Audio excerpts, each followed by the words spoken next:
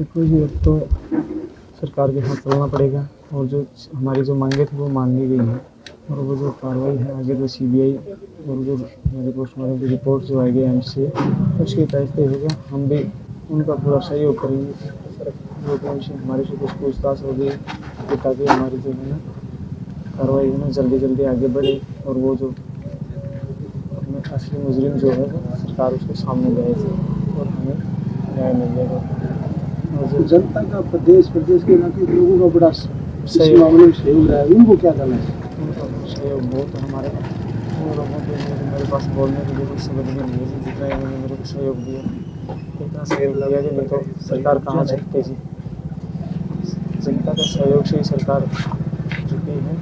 देखिए, बहुत ही दुखदाई घटना है। पहले तो हम सरकार को ये कहेंगे कि ऐसी घटनाएं नहीं होनी चाहिए, ये बढ़ रही हैं लगातार।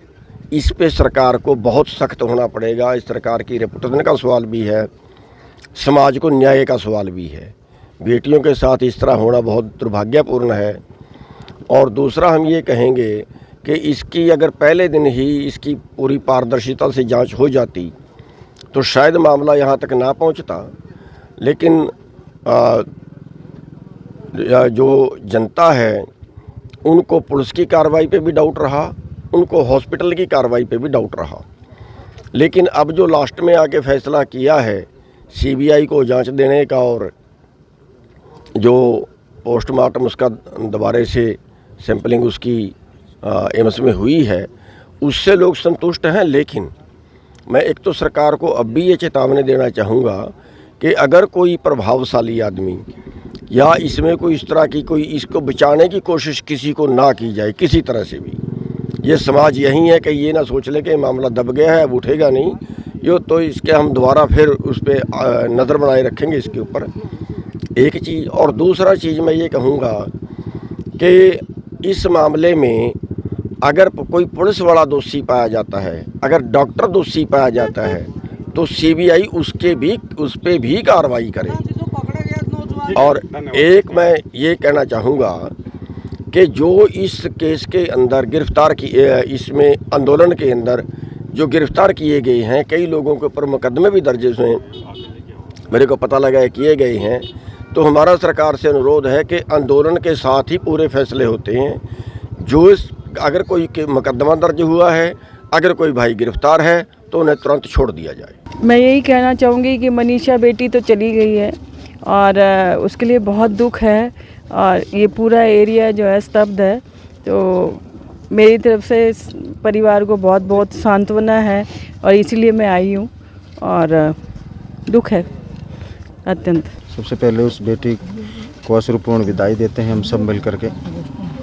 और जन भावनाओं के अनुसार और परिवार की भावनाओं के अनुसार उन्हें लग रहा था कि कुछ गलत हुआ है और सरकार ने उन बातों को समझा और सरकार ने ये स्वीकार किया कि जन भावना सर्वोपरि है। इसलिए उन्होंने सीबीआई की जो जांच की मांग थी उसको भी स्वीकार किया और एम्स में बहन का तीसरी बार पोस्टमार्टम हो उसको भी स्वीकार किया।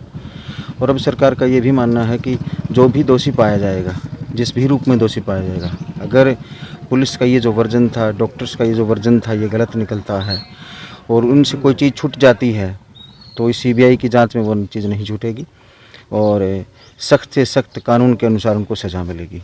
ये आश्वासन हमने यहाँ जो लोग यहाँ थे अंतिम संस्कार के अवसर पे उनको सभी को दिया है, परिवार को दिया है। और आज बहुत शांतिपूर्ण तरीके से हज़ारों लोगों के साथ हम सभी ने उस बहन को अंतिम विदाई दी है। एम्स में जो तीसरी आपको कुछ लगता है कहीं पे कुछ तो लेक रही है? देखिए, एक अधिकारी के तौर पे मेरे लिए ये कहना बहुत मुश्किल होगा कि कहाँ कोई चूक रही होगी, लेकिन यही हम साझे रूप में ये स्वीकार करते हैं कि हो सकता है किसी न किसी बिंदु पे कोई चूक रह गई हो और वो चूक हमें ना पता चली हो, हम नहीं देख पाए हों उसे, इसीलिए इस जांच को लिया गया है, मुख्य जांच को लिया गया है कि सीबीआई हर चीज़ को दूध का दूध और पानी का पानी करके आपके बीच में रख सर देगी। एम्स की रिपोर्ट आई है क्या, उसमें कुछ मिला हो? एम्स की रिपोर्ट के बारे में हमें ये जानकारी नहीं है कि उन्होंने क्या रिपोर्ट दी है। वो बहुत गोपनीय रूप में जहाँ जिसको जमा हो जाना चाहिए था वह जमा है, और जब भी सीबीआई को ज़रूरत पड़ेगी उसकी, वो रिपोर्ट उनके समक्ष प्रस्तुत कर दी जाएगी। आज सीबीआई तक जानी होती है, उसमें हमारे होम सेक्रेटरी पत्र भेजते हैं सेंटर को कि हमारा ये जो मनीषा हत्याकांड है इसकी जांच की जानी चाहिए। तो वो प्रोसेस बहुत तीव्र गति से प्रारंभ कर दी गई है। बहुत ही जल्दी इस केस में बहन मनीषा को और पूरे परिवार को और पूरे क्षेत्र को न्याय मिलेगा। Okay sir. मुझे एक चीज़ और कहनी है कि हम अक्सर देखते आ रहे थे कि समाज में संवेदनाओं की कमी पड़ चुकी है, लेकिन मनीषा जाते जाते एक काम तो कर ही गई है कि सारे समाज की जन भावनाएं केवल एक स्वर में ये थी कि मनीषा को न्याय मिले। इसका मतलब यही कि हम गलती पे हैं नहीं है अलग मुद्दा है, किसी की छोटी मोटी गलतियां रही हैं वो अलग मुद्दा है, लेकिन समाज में संवेदनशीलता मौजूद है, समाज में मानवता मौजूद है, समाज में इंसानियत मौजूद है। तो ये हमारे समाज का एक उजला पक्ष भी रहा है।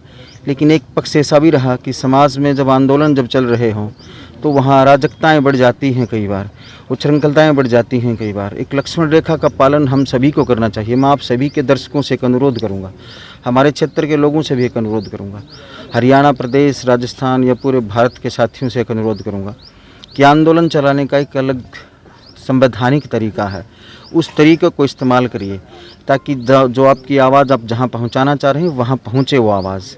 और जब वो आवाज़ पहुँच जाए और वहाँ से एक्शन प्रारंभ हो जाए तो फिर अपने आंदोलन को धीरे धीरे वापस ले लेना चाहिए। कहीं ऐसा ना हो कि वो अराजकताएँ और वो उच्छृंखलताएँ, वो हिंसा पूरे समाज की दिशा और दशा को बदल दें और सारी व्यवस्थाएं, सारे उद्देश्य ही बदल दें और फिर सरकार को, प्रशासन को, पुलिस को उसे समेटने में अपना समय लगाना पड़े और जो मूल उद्देश्य है वो भटक जाए। मैं आपसे अवश्य ये अनुरोध करूँगा।